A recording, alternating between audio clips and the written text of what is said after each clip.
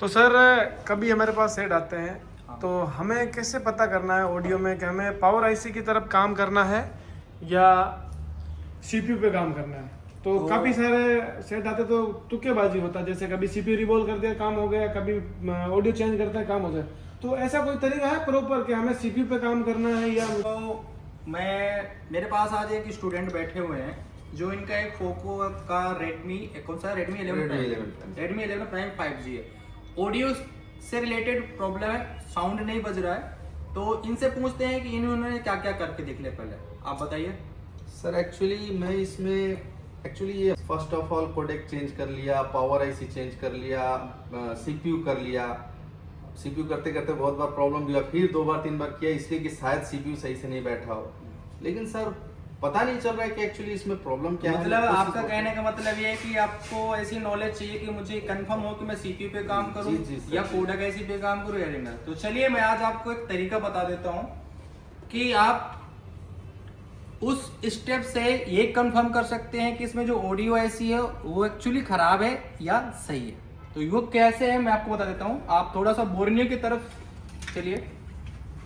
तो यहाँ पे ये मोबाइल का ये डायग्राम है बोर्नियो हार्डवेयर सॉल्यूशन। जब भी आपके पास ऑडियो से रिलेटेड कोई प्रॉब्लम हो, सबसे पहले आपको क्या करना है, इस लाइन में जीआर वगैरह चेक करना है, जो कि इसका जीआर 400 से 600 होता है स्पीकर आउट की लाइन में। जीआर अगर ओके है तो आपको क्या करना है, मोबाइल ऑन करना है। मोबाइल ऑन करके ऑडियो प्ले करना है, ऑफलाइन या ऑनलाइन कोई भी सॉन्ग प्ले करिए। इसके बाद यहाँ पे वोल्टेज चेक करिए। यहाँ पे आपको वोल्टेज 1 वोल्ट से लेके 3 वोल्ट 3.7 तक देखने को मिलेगा। अगर यहाँ पे 3.7 तक कुछ वोल्टेज देखने को मिल रहा है, इससे आपका 99% कंफर्म हो जाएगा कि आपका ऑडियो आईसी ओके है।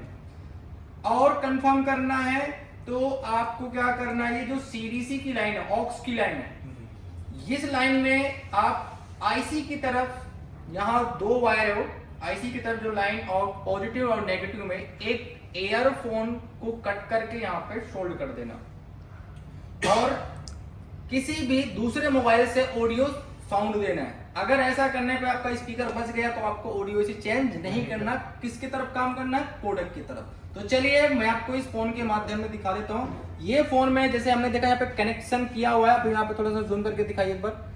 जैसे हमने यहाँ पे ये देखिए मैंने एक एयरफोन कनेक्ट किया है, यहाँ पे कनेक्शन है और यहाँ पे लैपटॉप पे लगा हुआ है। अभी मैं लैपटॉप का सॉन्ग प्ले करता हूँ यहाँ पे। तो अभी जो लैपटॉप में सॉन्ग प्ले होगा उसका जो साउंड बन के कहाँ जाएगा, इस फोन के अंदर, इस फोन के ऑडियो आईसी में। हालांकि ये फोन भी चालू है, यहाँ पे देख सकते हैं, यहाँ पे मैंने एक ऑडियो प्ले करके रखा हुआ है जो कि इसमें बज नहीं रहा है, क्योंकि जब तक ऑडियो प्ले नहीं करोगे तो आईसी ऑन नहीं होगा। तो आईसी अभी भी ऑन है। अब इसको क्या चाहिए, ऑडियो सिग्नल चाहिए, लो साउंड चाहिए। तो किससे मिल रहा है, लैपटॉप से। अब चलिए यहाँ पे देख सकते हैं साउंड बज रहा है। साउंड से रिलेटेड जैसे कि आपका स्पीकर हो गया, पत्ता हो गया, सारे कंपोनेंट्स हो गए, डीपीएच वगैरह हो गए, ठीक है। ये देखो, ठीक है। अब मैं लैपटॉप पे लगा रहा हूँ, ये देखो फोन बज रहा है। तो इसमें जो आईसी लगी है वो किसकी लगी है, इसी फोन की तो लगी है ना, दूसरे तो मैंने नहीं लगाई ना। ऐसा तो नहीं कि डायरेक्टली लैपटॉप से बज रहा हो।